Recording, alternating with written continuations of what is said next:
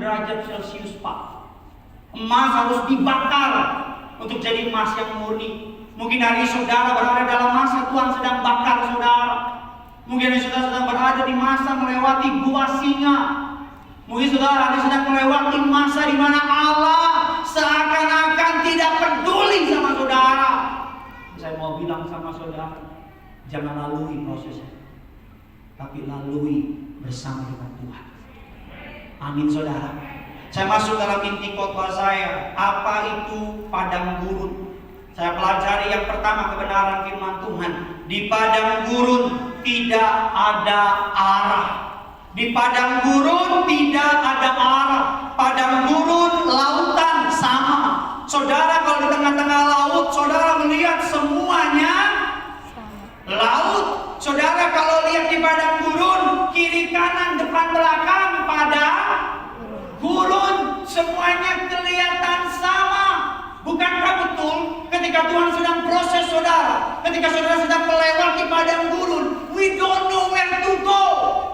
Kita nggak tahu mau buat apa, kita nggak ngerti mau melakukan apa, kita kayak bingung, kita kayak tersesat, kita kayak nggak tahu mau lakuin apa. Saya mau bilang sama saudara, mengapa di padang gurun tidak ada arah? Agar saudara hanya benar-benar mengandalkan Tuhan. Agar saudara hanya benar-benar menggantungkan harapanmu sama Tuhan. Amin. Di koneksimu akan datang di masa hidupmu, engkau gak bisa minta tolong sama orang. Engkau gak bisa ngandelin hartamu. Engkau gak bisa ngandelin koneksimu. Engkau cuma bisa ngandelin lututmu, berlutut menangis sama Tuhan. Engkau bisa bilang, Tuhan tuntun saya udah gak tahu mau buat apa. Saya udah gak ngerti karena kelihatannya semuanya baik, karena kelihatannya semuanya benar, karena kelihatannya semuanya ngaku yang paling benar. Saya gak tahu harus buat apa. Saya butuh tuntunan dari itu. Di padang gurun tidak ada arah, semuanya kelihatan.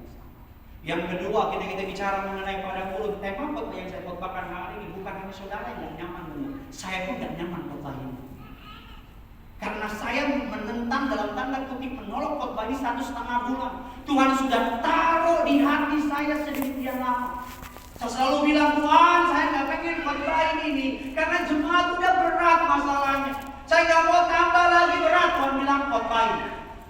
Minggu depan saya katakan Tuhan bilang khotbah ini. Tuhan taruh di hati saya takut manusia apa takut Tuhan. Dan ketika saya nyiapin khotbah ini, saya bilang Tuhan, kalau saya nyiapin khotbah ini, Tuhan pakai seseorang untuk teguhkan firman ini. Tiba-tiba si saya masuk dan bilang, saya ada banyak jemaat WA, SMS, DM, mereka mempertanyakan Tuhan, mereka meragukan Tuhan. Ada banyak jemaat di masa pandemi ini imannya goyang. Digoyang dengan yang namanya ekonomi, digoyang oleh yang namanya lihat orang jahat naik promosi. Kita anak Tuhan nggak naik promosi. Melihat ketidakadilan di dunia begitu banyak. Banyak dari mereka bertanya, adakah Tuhan mendengar kami? Adakah Tuhan peduli sama kami? Ketika saya dengar istri saya ngomong gitu, saya lihat dia dalam hati saya, apakah engkau malaikat yang buat dia? Saya khotbah. Yang kedua, di padang gurun tidak ada jalan pintas. Yang pertama, di padang gurun tidak ada arah. Yang kedua, di padang gurun tidak ada jalan pintas. Engkau akan berteriak sama Tuhan, Tuhan, aku gak kuat. Kalau belum waktunya, Tuhan gak akan tahan. Tuhan, lama banget sih. Kalau belum waktunya, Tuhan gak akan tahan.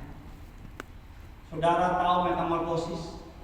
Ulat, kita semua tadinya ulat sebelum ketemu Tuhan, menjijikkan, tidak ada yang mau sama kita. Ulat kerjanya apa? Ngancurin, membawa dampak merugikan. Ketika ulat diproses oleh yang namanya alam, berbentuk kepompong. Dari menjijikkan, ulat berubah menjadi kepompong. Dari kepompong, ulat berubah menjadi apa?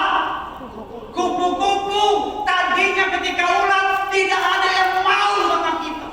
Tadinya ketika ulat dayanya menghancurkan, bau, menjijikkan, tidak ada yang peduli. Itulah kita sebelum kenal Tuhan.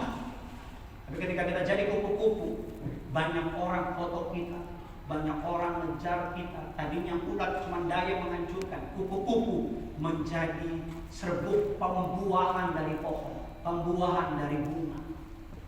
Saya mau tanya, kalau kepompong belum waktunya, saudara buka kepompongnya, saudara bantu kepompongnya, kupu-kupu yang keluar hidup apa mati? Mati. Ketika Tuhan proses saudara dan saya, tidak ada jalan pintas. Semakin lama engkau melawan, semakin lama prosesnya.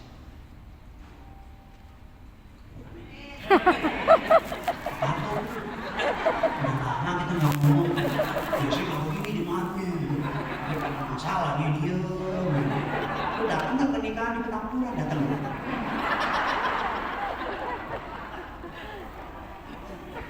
Diam aja Gus. Halo?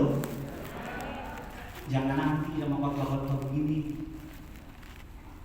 Jangan lari orang yang pendeta khotbah keras kayak gini.